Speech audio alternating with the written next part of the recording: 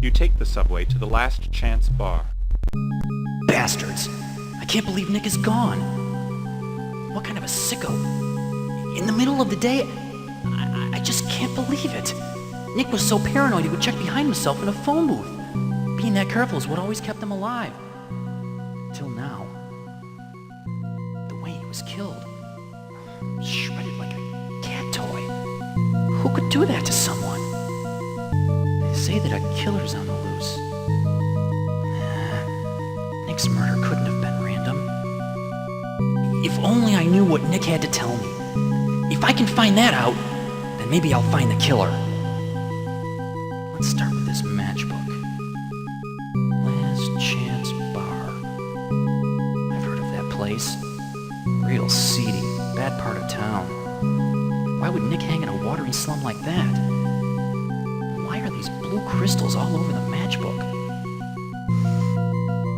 Doesn't smell of anything. I don't think I'm gonna venture a taste, though. Well, maybe I'll get some answers at that alcohol shack. Hopefully someone there knows what happened to Nick.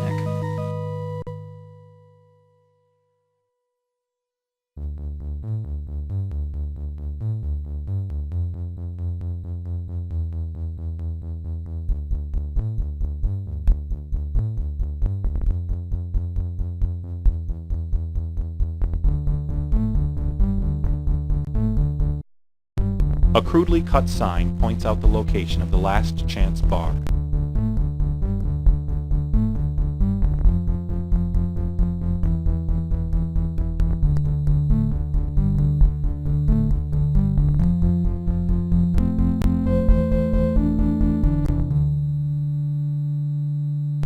The wall of the building is marred by grime and soot. The makeshift light fixtures protrude to illuminate the alleyway. This seems to be a later addition to the original building. The thick iron skin now completes the wall. The sheltered crates accommodate only the most elite rodents.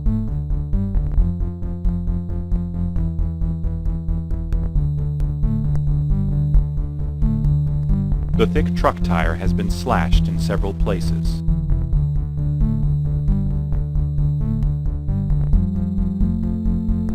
A roughly dressed beggar is contemplating tonight's dinner menu.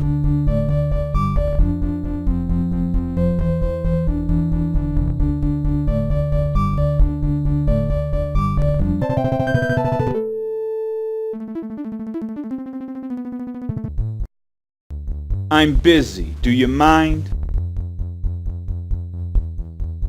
I'm grocery shopping for dinner. Hey, I dine alone.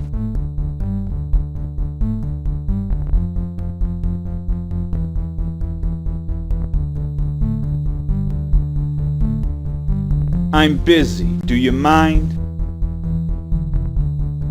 Hey, the asshole section's on the other side of the alley. Take it up with the management.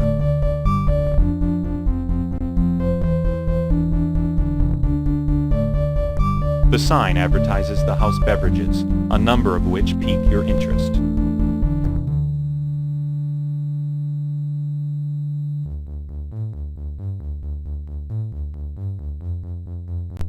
The food shelter ticket has the insignia of the Ambrose Foundation.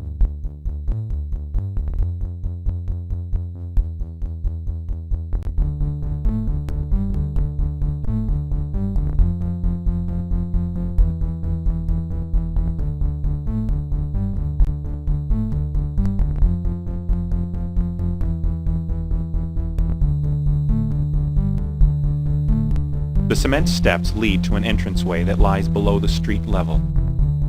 You climb down the steps and reach a door.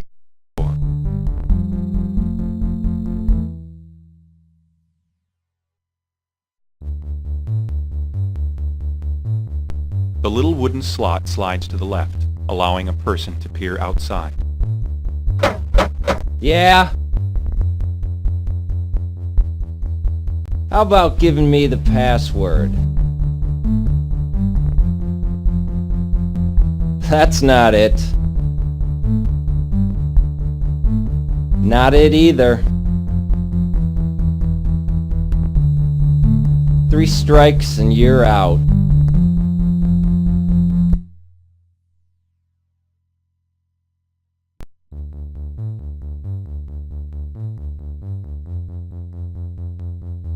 I'm busy. Can't get past the bouncer, huh?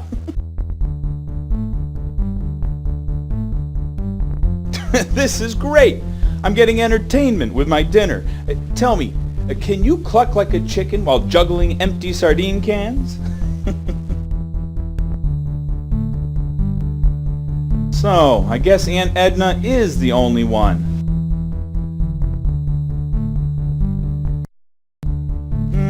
I don't know.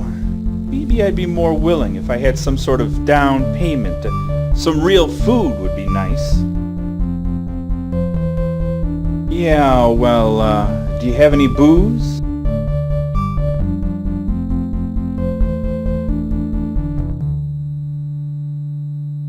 Did you at least bring champagne? Then go crash someone else's party.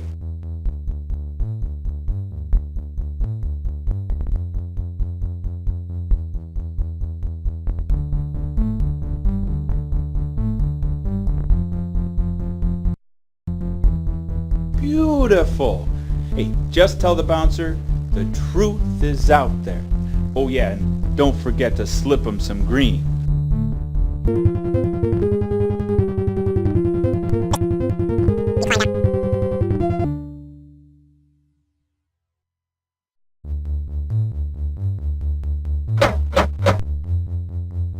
Yeah? How about giving me the password? Your performance would be better with a prop.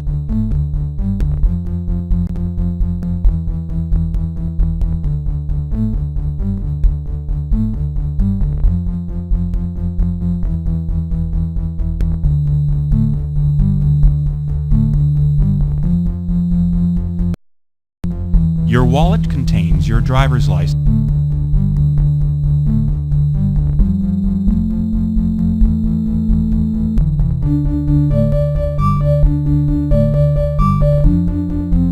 Ah, green's my favorite color. Welcome to Le Chateau Watering Hole.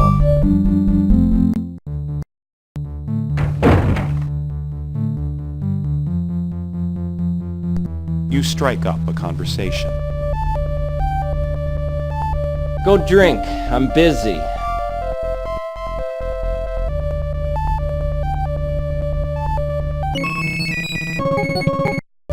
He seems too distracted by the television. Curious, you turn and look at what he's watching. And that ends our story on doorknobs and their effect on the environment. Next up, let's check out the phones. Hello, you're on the air. Huh? I'm on there? Yes? It must be a wrong number. I wanted a pizza with anchovies. Well, let's see who's on line number 2. Hello? Hello, Joe? Yeah. Oh, I'm so glad I got through. I absolutely love your show. Glad to hear it. What can I do for you? Listen, I was down by the warehouse and I spotted what looked like Bigfoot. Bigfoot? As in a Sasquatch? Yeah, exactly. Like a Sasquatch. Well, the existence of Sasquatches has been debated for many years. I give you my Joe TV guarantee that I'll make this story my top priority until something else comes along. Listen, buddy, hang on so I can get the address. And for the rest of you, keep tuning in and support public broadcasting because we all know the government won't. Until then.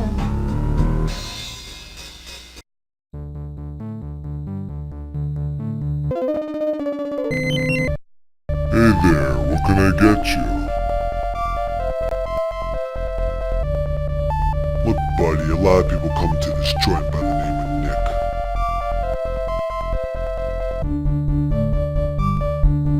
Oh, that Nick. Yeah, I know him. He's been coming here for the past couple of months. Real nosy guy. Asks too many questions that shouldn't be answered.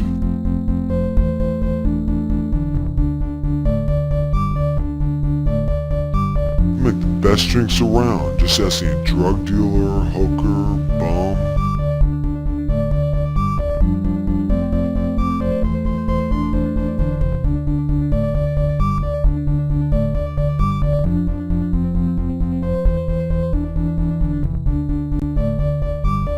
A rough man throws steel-tipped darts and sneers at the board when he misses.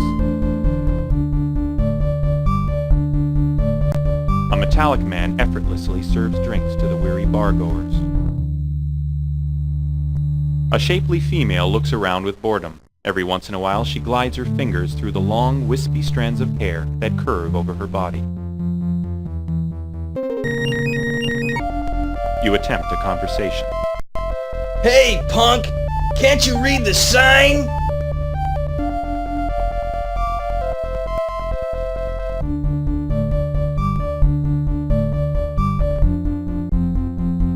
Ah! Can you play darts, loser?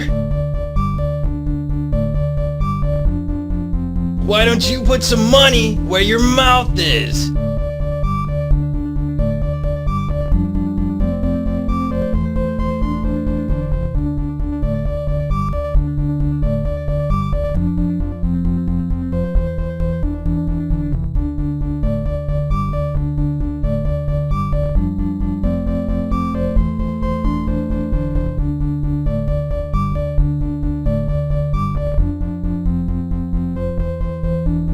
No punk ever does that to me!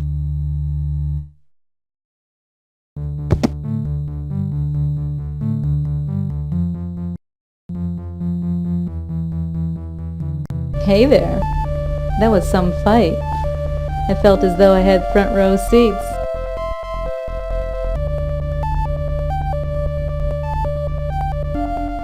Oh, are you hurt?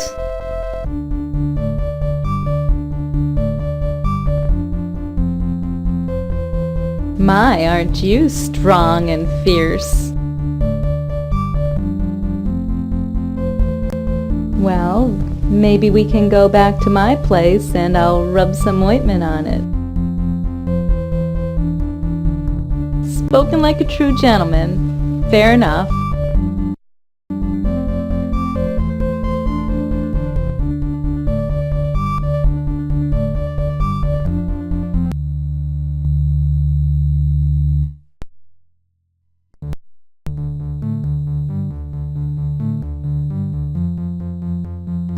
You decide that you've already proven yourself in this area.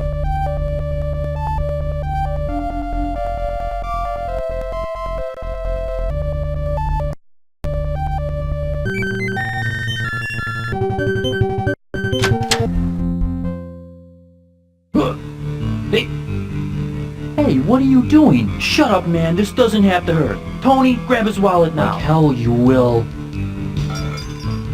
Oh, shit, Diaz Ice Rock. Okay, grab his wallet. Tony, man, last night I must have slept with Lady Luck.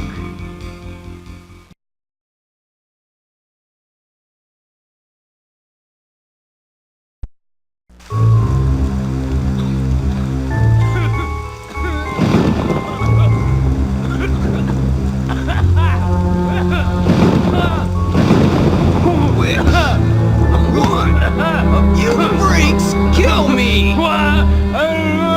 I don't know.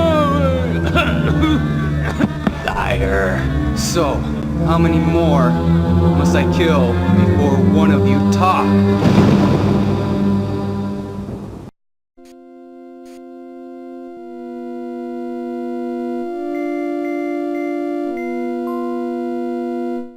I knew I shouldn't have been in that part of town. Why did Nick hang out there? Damn, it looks like those muggers took Nick's wallet and that packet of blue dust. Getting hit must have really shook me up to have such a strange dream. What's the last thing I recall? I remember meeting a beautiful lady. What did the bartender call her?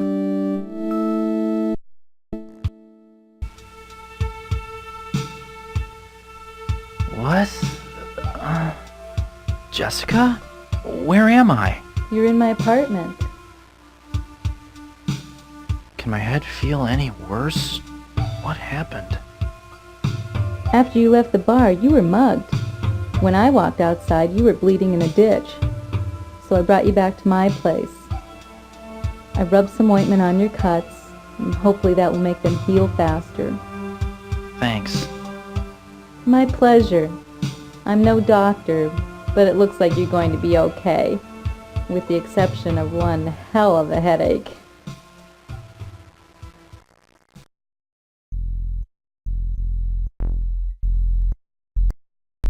A vidphone remains cold from its lack of use. A jewelry box sits on the dresser, filled with little trinkets and imitation diamonds.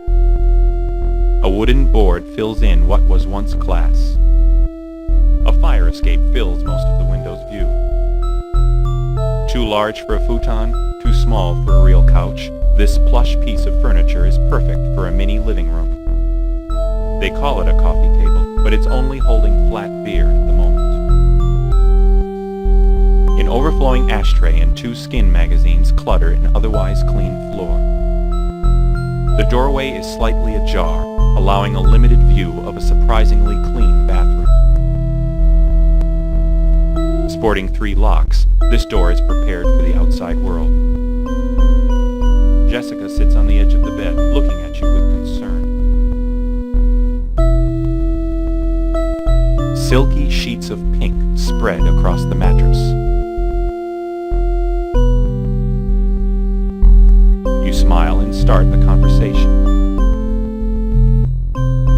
Well, I'm not sure what to say. Enjoy doing? Who has the time? Well, I've always been fond of the simple things. You know, little things, like a flower growing from the sidewalk crack, or a spider weaving a web which glows from the neon sign it hangs from. But that's the point. They're persevering. They perform these rituals that are so plain, they have no room for complications. That's what makes them so wondrous.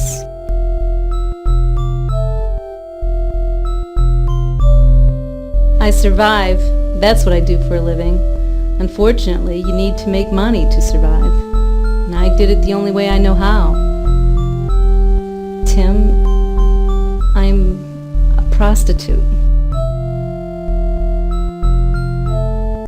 No, it's not like that. I mean, I'm there for business, but when I saw you beat Jack, I knew I had to meet you. He's such a bastard, and no one had the nerve to put him in his place. Well, until you showed up. See, that's what's so great about you. Even though you fought him, you didn't try to tear him to pieces. Most people in a tough situation would either do nothing or they'd go way over to the other extreme. But you were cautious even when you let loose. I know. I guess we all just strive towards being what we can't. And that's what gets us in trouble. Well, that's what Frankie says anyhow. Didn't I mention him to you? He's my boss.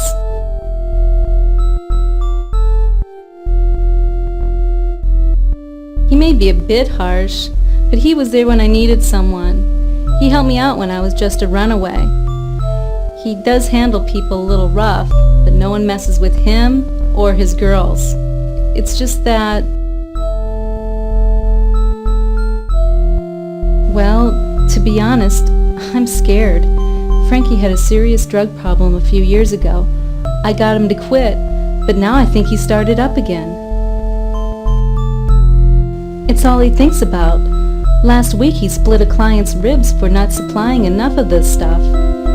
I just don't know what to do, Tim. I hope so. I used to tell myself the same thing. But I've had serious doubts. Maybe having someone else believing in me will make the difference.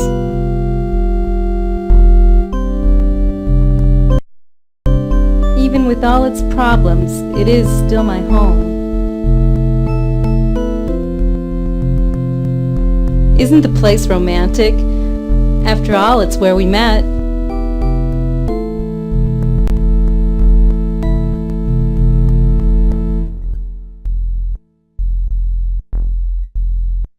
There's so many guys that come by the bar, I hardly keep track of names.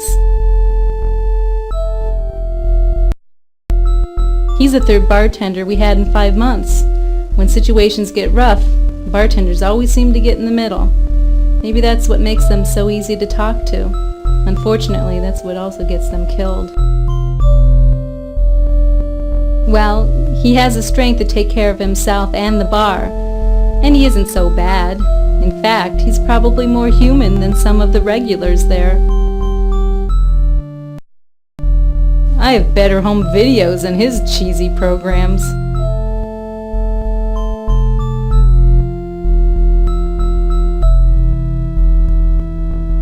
Blue dust? Sorry, Tim, I don't know anything about it. Please, just mentioning the name puts a lump in my throat, but maybe you should go there and report your mugging anyway. That's the classiest restaurant in town. I heard just the tips alone can cost a small fortune. Wouldn't it be nice to go there?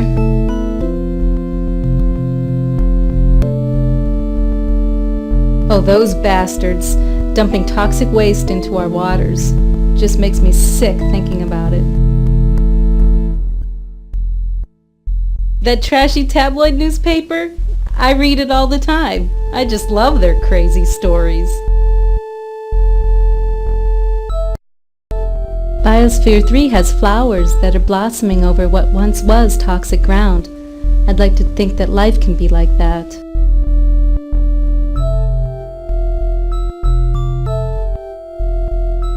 Here we are. You got mugged, and I'm having trouble with Frankie. But maybe some good will come of it. There could be a reason why all this is happening.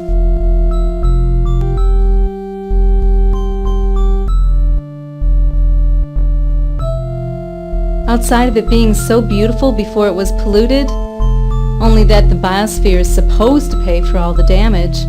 But I'll tell you, Tim, there's no way it can pay for all the lives it's ruined.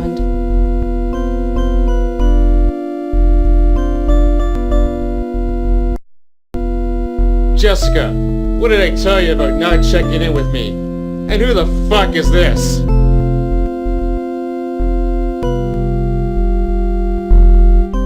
You don't have an appointment. What do you think, we're running a fucking charity?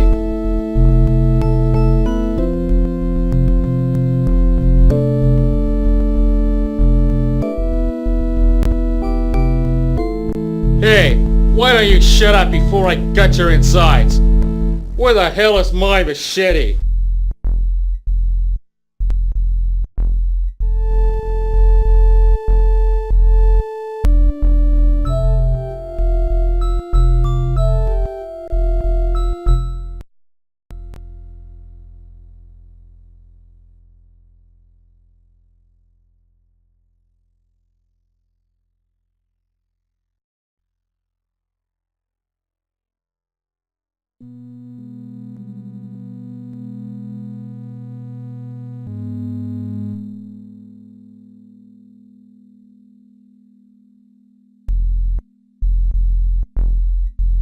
You climb out onto the fire escape.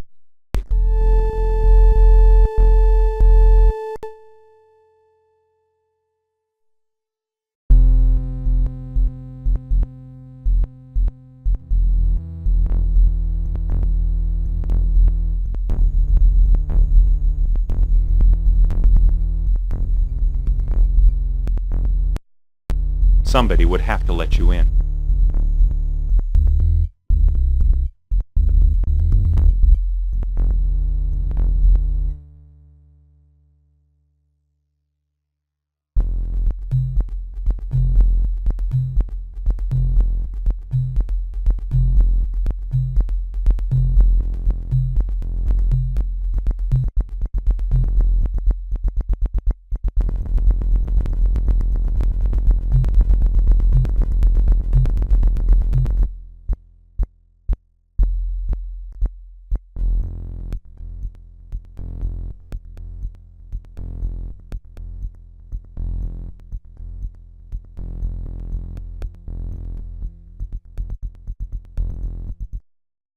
You take the subway to your apartment.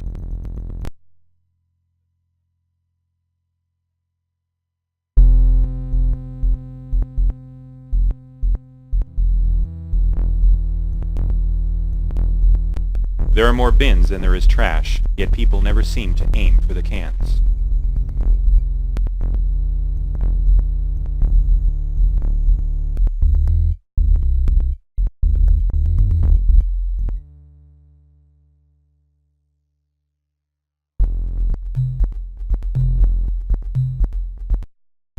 You decide.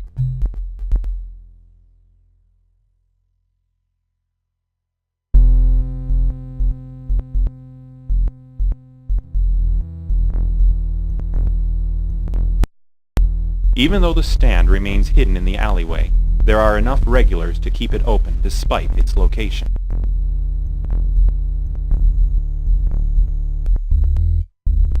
With one hand around the hot dog server and the other brushing off sweat, Steve stands prepared for anything.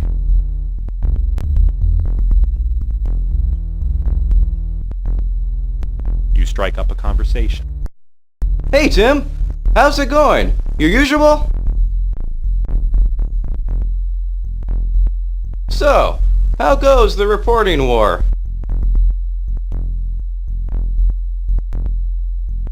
Well, I'd love to help, but I haven't heard much lately. Tell ya what, I'll keep my ears peeled for any scoops.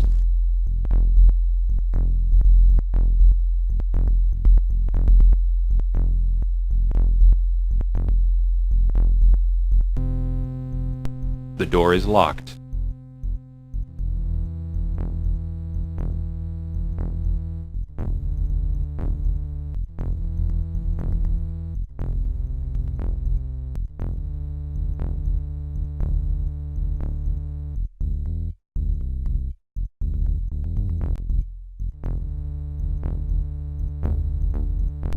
Luckily, those muggers took Nick's wallet instead of yours.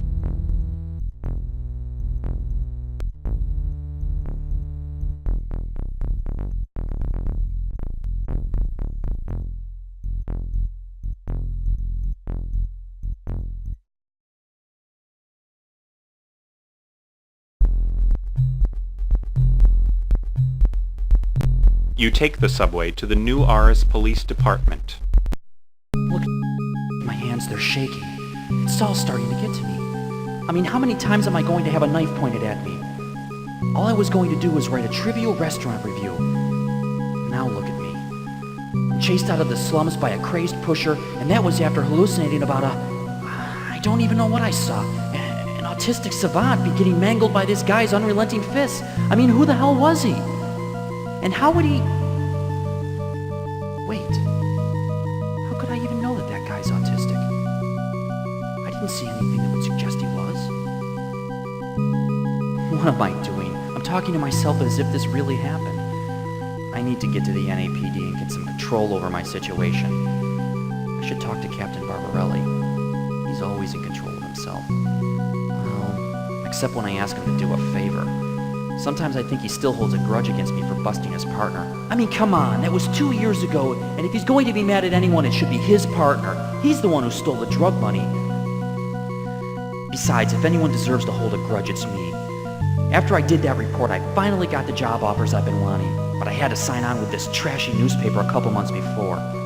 What the hell was I going to do, though? I mean, I need to eat.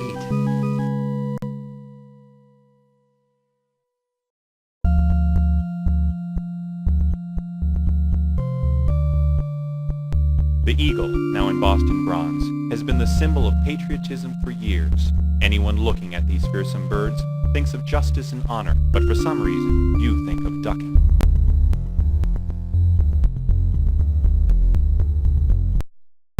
The grim face looks out into the city, matching gaze with the eagle statues. Pure bronze and brass fuse to form the metallic sternness of the NAPD badge.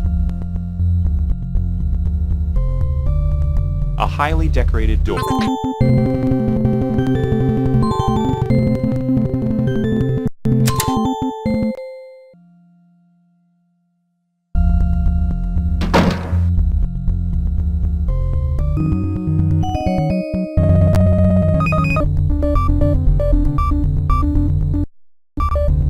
Yeah, but not that it matters.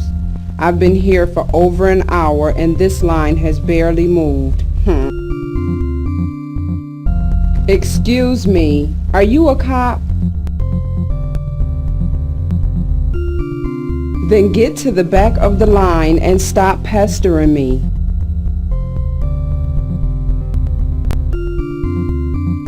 People of all shapes and heritages line the hallways with nothing in common but their discontent with red tape. The large officer fingers the remnants of his meal while sitting at the information desk. He seems annoyed at your approach. Is there something I can help you with?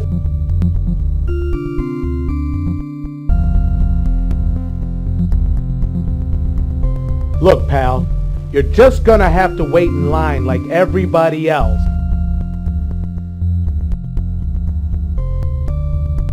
He seems annoyed at your approach. Is there something I can help you with? Heh, you and everybody else around here. I'll schedule you in for an appointment. Imagine, I've heard of you. Barbarelli's mentioned you once or twice.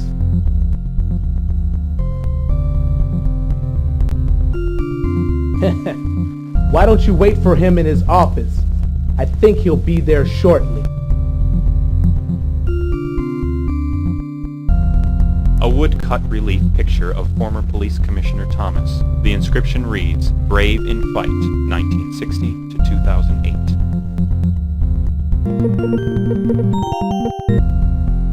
You walk down the corridor and enter Barbarelli's office.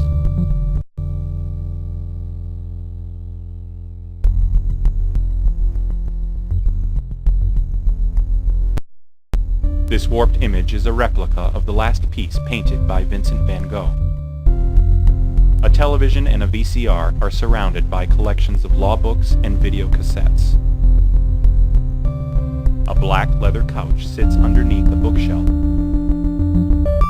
Filled with files and reports, these cabinets are practically bulging with cases Captain Barbarelli has been involved with in his long-standing career.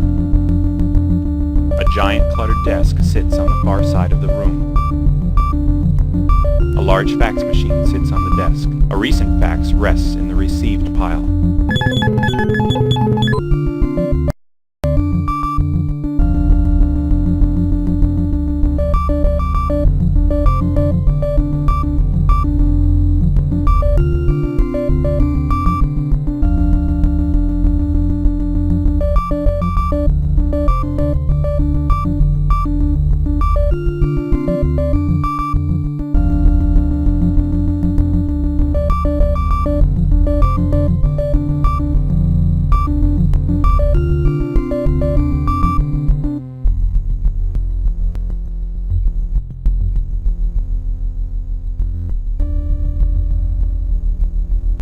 An unfriendly face scowls back at you. A tiny vidphone sits behind the photo of Barbarelli's wife. You walk out of the office and out to the corridor.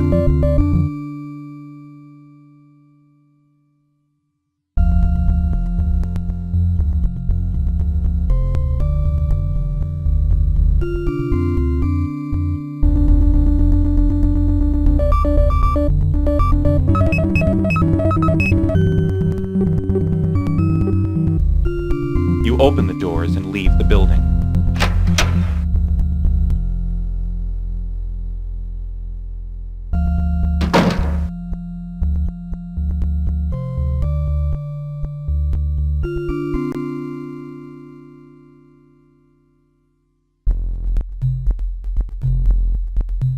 You take the subway to the murder scene.